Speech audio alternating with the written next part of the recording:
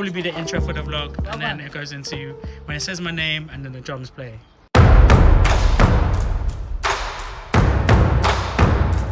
So actually, it's handy that Hazel is here because I wrote this inspired by Hazel's night, by Hazel's Shits and Scribbles erotic poetry night, which if you haven't been to, Which you should inspires get a your lot of ass erotic down to.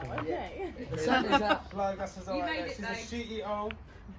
And one of the things that they talk about a lot within that night is the idea of consent and consent being sexy.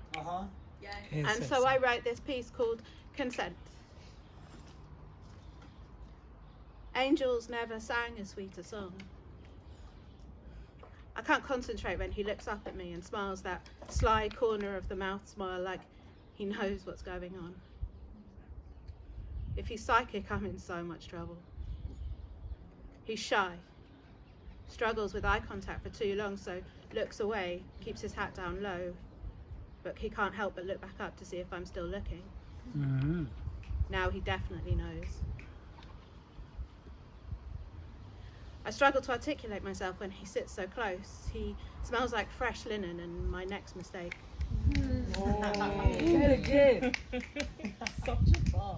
My thighs tense as he leans in and laughs. I match his laughter like I'm so casual, but all I can think about are his hands and what they might feel like if they came into contact with my skin. With a body so sweet, it had to be made by the devil, because only Lucifer could create something so delicious. It had to be bad for me.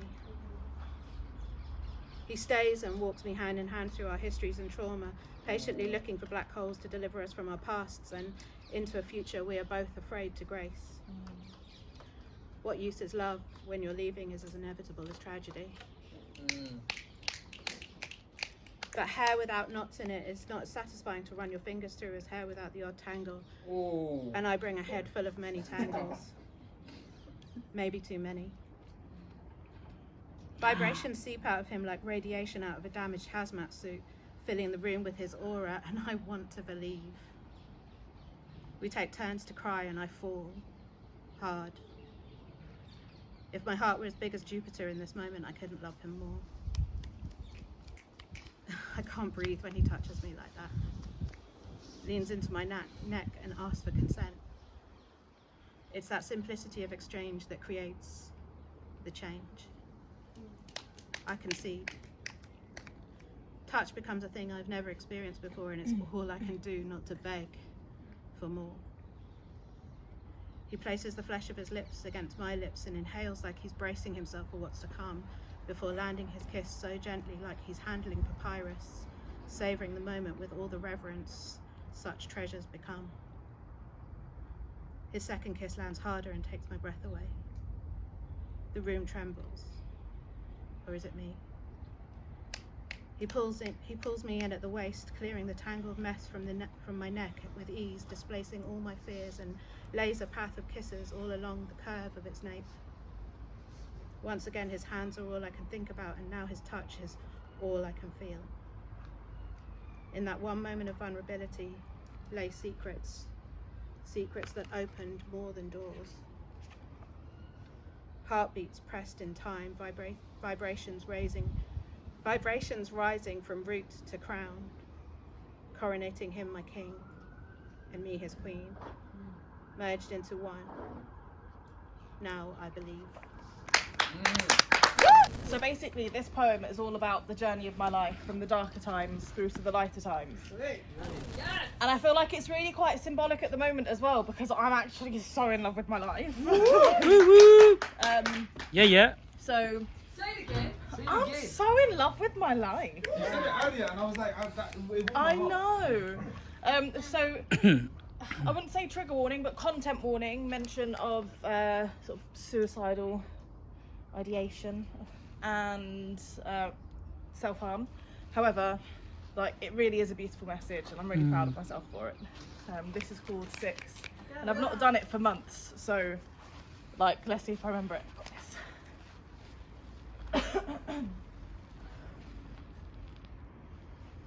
I am falling, no plunging, no plummeting, no tumbling. I mean, I am leaping into destiny, into a joint being with a woman, no, a queen, a goddess, a part of me who views herself with such a worth and a low self-esteem. I see is a mirror image of me, of the self-narrative I lead. The parts of me I deny, the love I need. When I cry, I will scream that I love her. I will scream that I love me. I will learn that to love me is to be free, and there is nothing I need to do or be or achieve to be worthy of the love that I can give her. There is nothing I need to do or be or achieve to be worthy of the love that I can give me. To accept me. I can accept myself, my mental health. She saved me. I saved me. I hit rock bottom and I got onto my hands and my knees and I crawled till I had healed enough to walk. I walked. I ran. I ran as I worked through every part of me she is teaching me to love. I am learning to love. I am learning to love myself. I love myself. I will speak this with conviction. I will project this vision. I speak this into the universe, and I am my fucking universe. I pour my soul into verse, take a stand in each stanza as a promise to myself to wake up again. For each day is a new day, and I will keep that in sight as I move through nights so dark. I am reminded that I have yet to find my spark. I have found my spark. She ignites my life. I ignite my life. I love her. I love me. She has shown me my heart was not born heavy, and that is a lesson I am still learning because I am deserving of that in the least. No. I am deserving of that in its entirety. I tasted her. She allowed me to taste her. In her, I found the flavors of change, and what a bitter, sweet taste. I want her deep. I want me deep.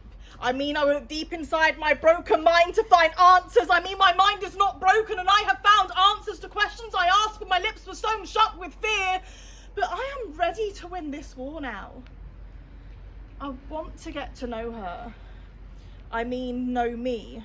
No, wait, I'm finding me. I swear I'm somewhere in here, lost halfway between circumstance and the choices I made. No, I was shaped by circumstances beyond my control, but in the choices I made, I created this monster. No. I am not a monster.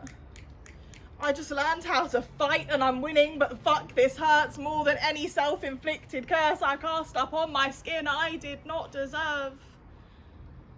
I do not deserve. I deserve to find strength in my self-worth, find sense through my senses, desperation and acceptance, to end this or fight. I choose to rewrite, no, retrain this narrative. Keep looking to find light pouring into my soul through holes I now see will allow me to feel whole. See, there is peace in my pieces. And I'm still learning that pieces of me are just waiting to be pieced together when the time is right. Our spark ignited my passion for life, but I continue to fuel my fire. Look to be guided by light. My light, I will discover my light. Guide lights forming guidelines, and I don't have to stick between the lines, but at least now I don't have to wait to find if my mind will guide me horizontally or vertically into sleep, to pass away. Instead, I will pass through, and I will live new days. I will discover new ways to work art into my scars. My scars are my art, my markers of strength.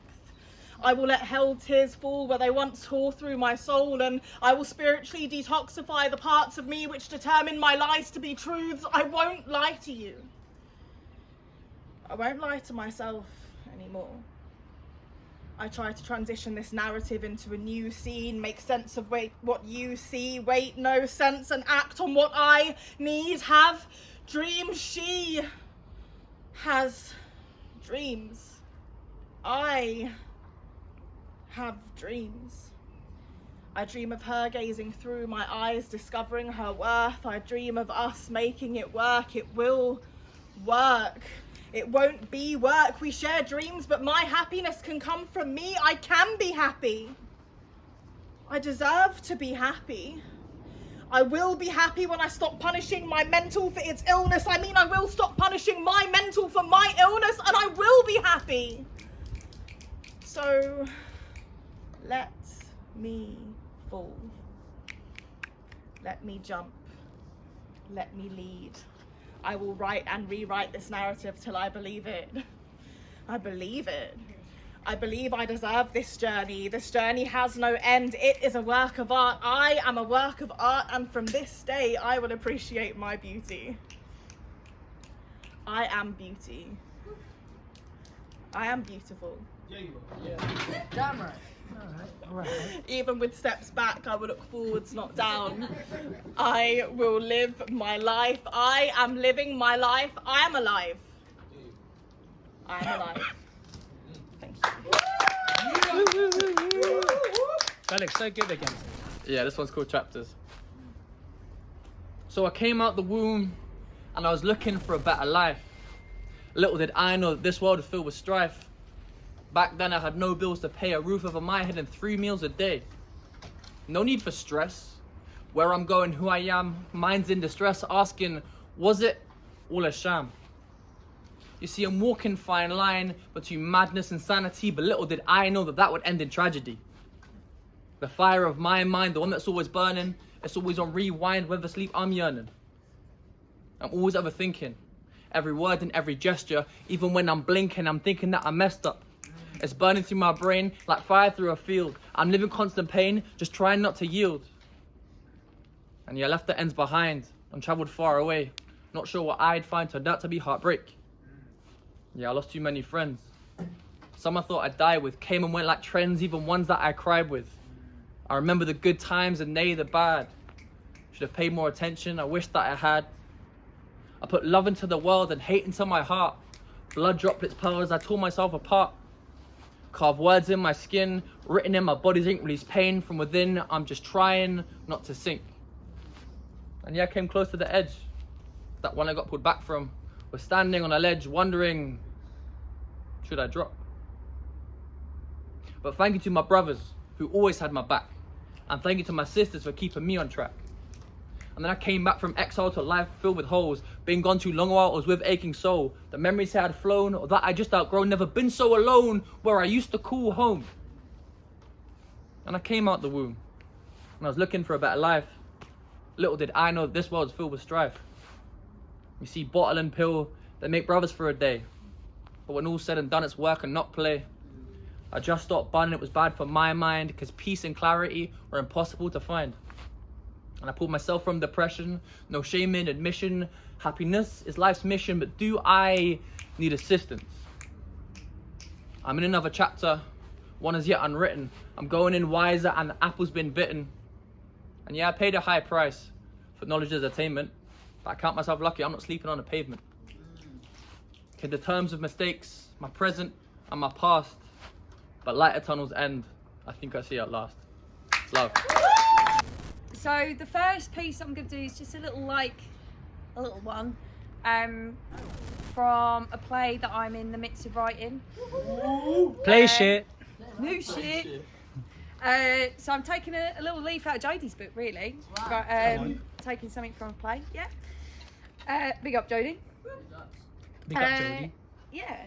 So this doesn't really have a title because it's just scene 3 for me. So yeah.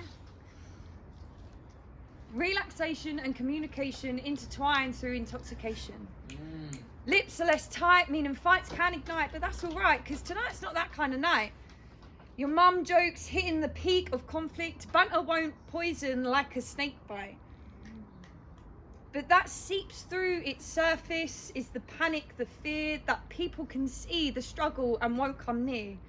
So the beer and gear make the blanket of safety feel warm. So that fear disappears, making it crystal clear no one wants to be here. Trying to prove our worth over social stamina, knowing you don't fit into that calibre. Where being cocky is the armour for insecurity, because we all know judging a book by its cover is none other than believing fiction as reality. Yeah.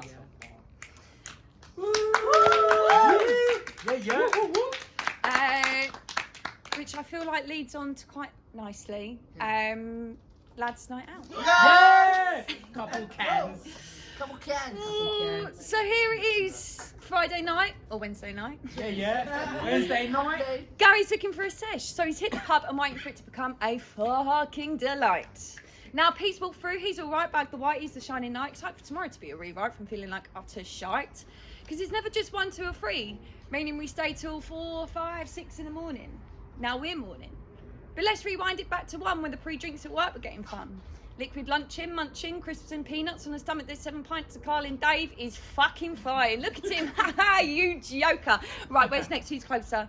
Steve volunteers as tribute. Smashed on the way back, grabbed some tins, then call a cab. Oi, boss man, you got Yorks. There's always one who's got to sort out the tunes. How long's it going to take? Before we know it, there he breaks. Up the stairs, in the lair, pre-drinking, substance beginning. Grab the keys, we're only teasing. It's 5 now, so let's just stay here, then go pub in a bit. Then the time flies when the fun is in full swing. Now let's herd everyone like a pack of sheep. Now grab the bolt into the Swan's Inn, and this is where we catch up with Pete and Gary, who we know are on it, so let the party begin. Just a couple more scores. My bank is gonna be sore, but that's tomorrow's worries, not now's flurries. What's the time? 9, 10? Oh, who's on what next? Well, we can't go revs, we ain't got the right trainers. No bubbles, they say, that's why it's always filled with dickheads with chinos. So let's just sack it off and go mojitos.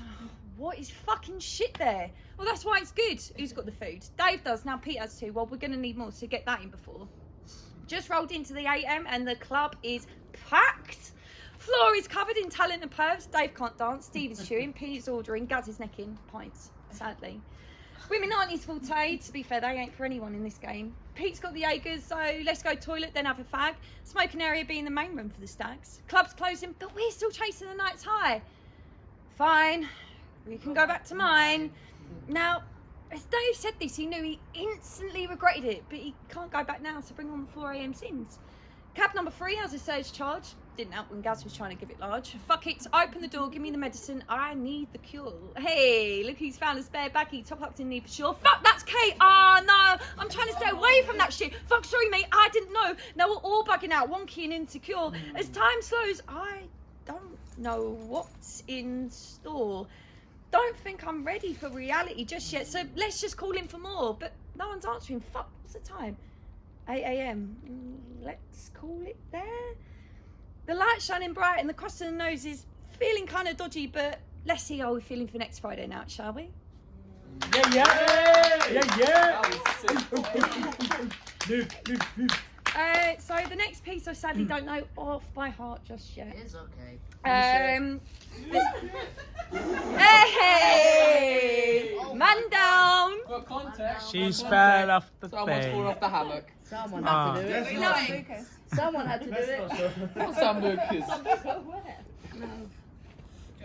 Big it up.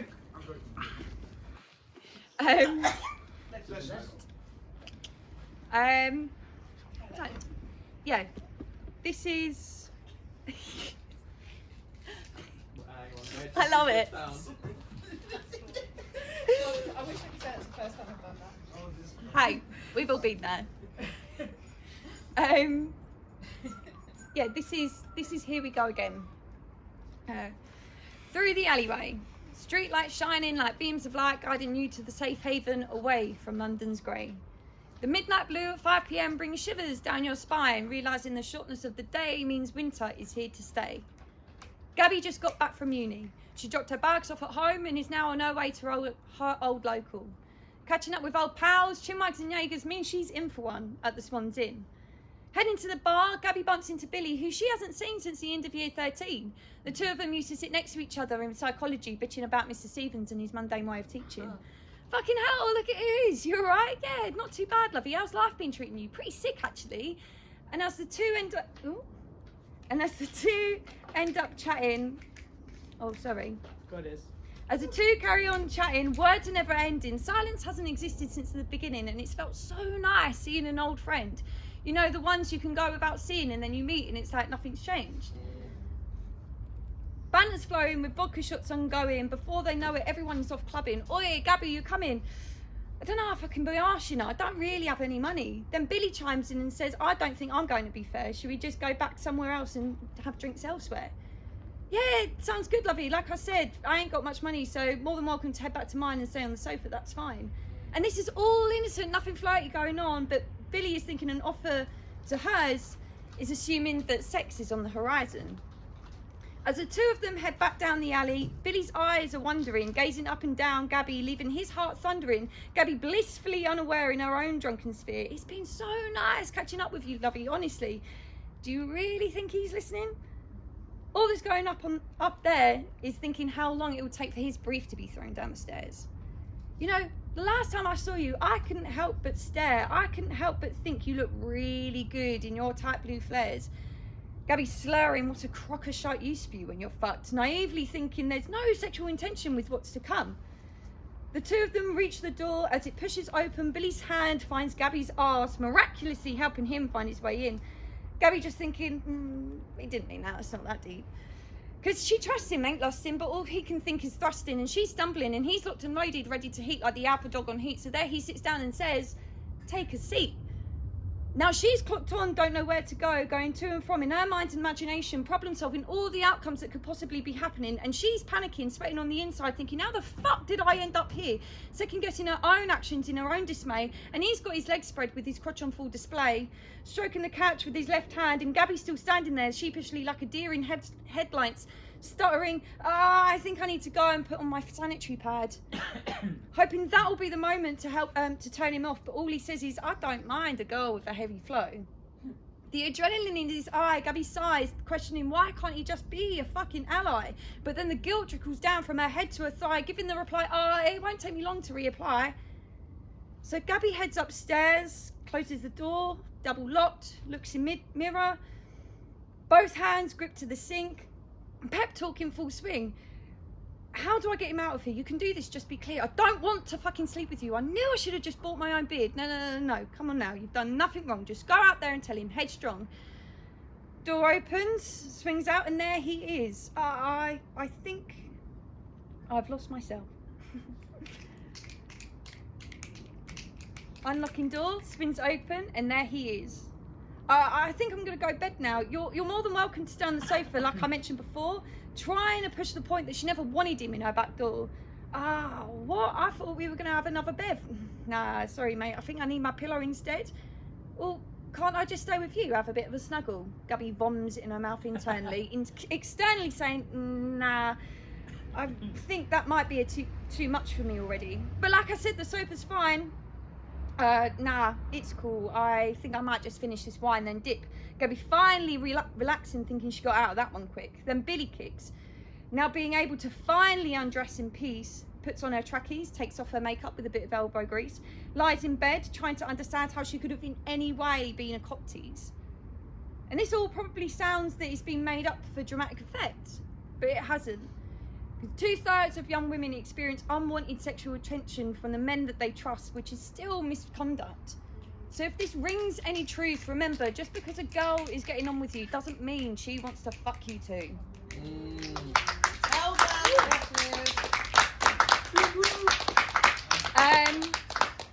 And to bring it up a notch. What was the title of that one? Here we go again. I probably should have done like a trigger warning for that, so I apologise. But this one's a little bit more light-hearted. It was a beautiful piece. Thank you. Such an important piece. Important, yeah. Thank you. Yeah. I just don't know if I can be asking, really. Or is that my heart protecting me from something silly?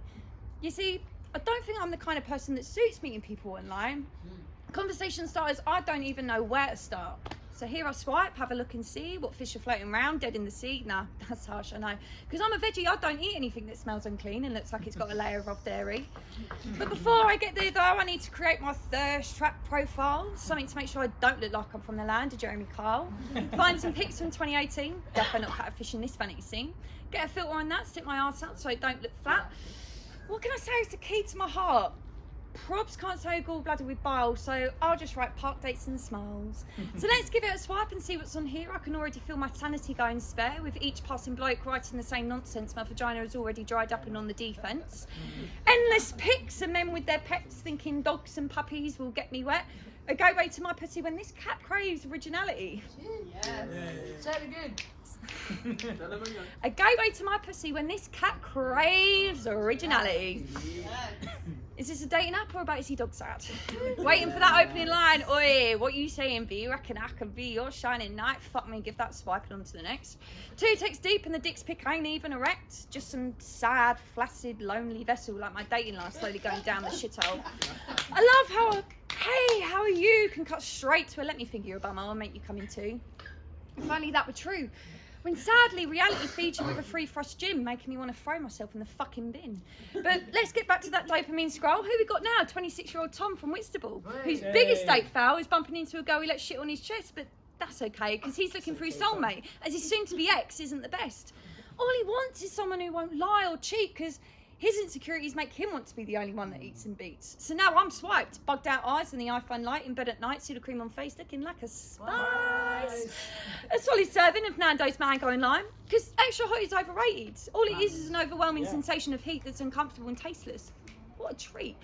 Also known as daddy issues on a plate, which takes me to Ryan, whose opening line is 2 truths, 1 lie. I'm a great shag, can't ride a bike, or I met Ronaldo in a pub in Brighton. Good thing one of us can cycle, because I'm heading straight back to London.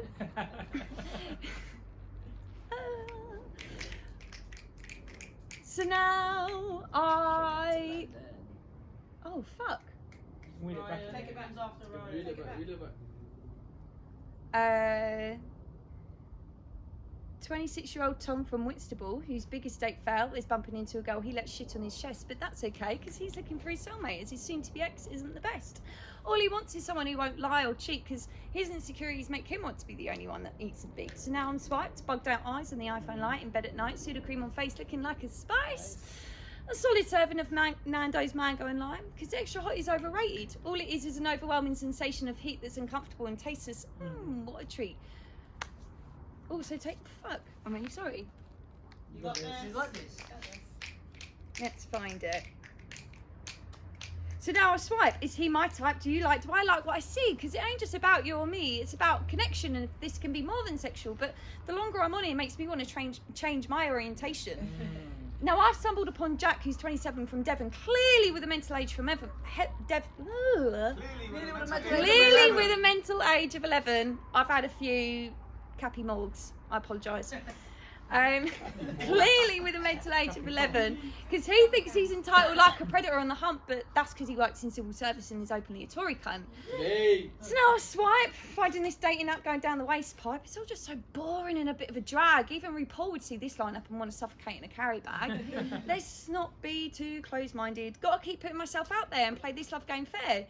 Now, the last blind date contestant is Dan from New Milton, who says the one thing I should know about him is that he lives with his mum and is looking for a threesome, making my next move very clear with a solid swipe. Just not understanding all this hype, realising there ain't anything out there for me. Closes app, deletes. Time to have a wank about that guy from Schitt's Creek. This is wifey material. Molly's a young woman, 29 years. Can't find the right fella, so she drowns all the tears. She's a beautician, which usually means she don't meet no one at work. I mean, the odd guy rolls through that gives her the eye to. Sadly, they end up beating, not even giving her time to decide if it's going to be fleeing. But that's okay, she don't need them anyway. An independent, go get 'em, do what I want when I want woman. Shame society says it's too late, your mistake, lose weight, you ain't no size 8. And besides, her social life's great. Good friends, steady job. But her mum's constant nagging makes her want to sack it off. Grandkids, Mum, that's all I want. You need to be careful starting to get old. Yeah, cheers, Mum. Why don't you just dish dinner up before it gets cold? I'm just saying. Now, Molly's praying she'll shut up and catch up with the grub. As you can tell, she's home tonight. You'd normally see her outside all bar one, social smoke from some arts, waiting for the night to start. However, she's traded in the glitz and glam to sit down and have dinner with her fam. It's also Friday before payday, so purse is kind of tight. No worrying about Gemma taking flight. She manages to get her flavour of the night, proves how she's liked, wanted, deserved, not knowing if she's really a feminist because she enjoys the attention but doesn't think she's really asking for it. So it's a shame society says it's too late, cheapskate, social media update. That's where you'll find your soulmate. But Molly has a lot to give. She has the heart the size of 12, always puts others before herself. Why can't she find another individual that's similar? Constantly being told she's too fussy, her standards are too high, not realising that she's only asking for someone that appreciates her is in short supply.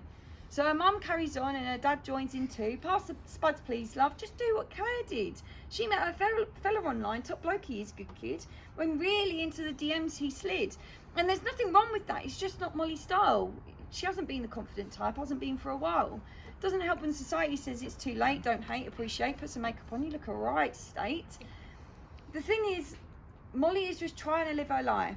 Yes, she would like a partner in crime. She just wishes she would stop being told she ain't got no time left when she's still a young woman with the world at her feet. So she's just trying to find her way to say fuck off and let me do me. Come on. Molly. Big up, Molly. Big up, Molly. That wraps up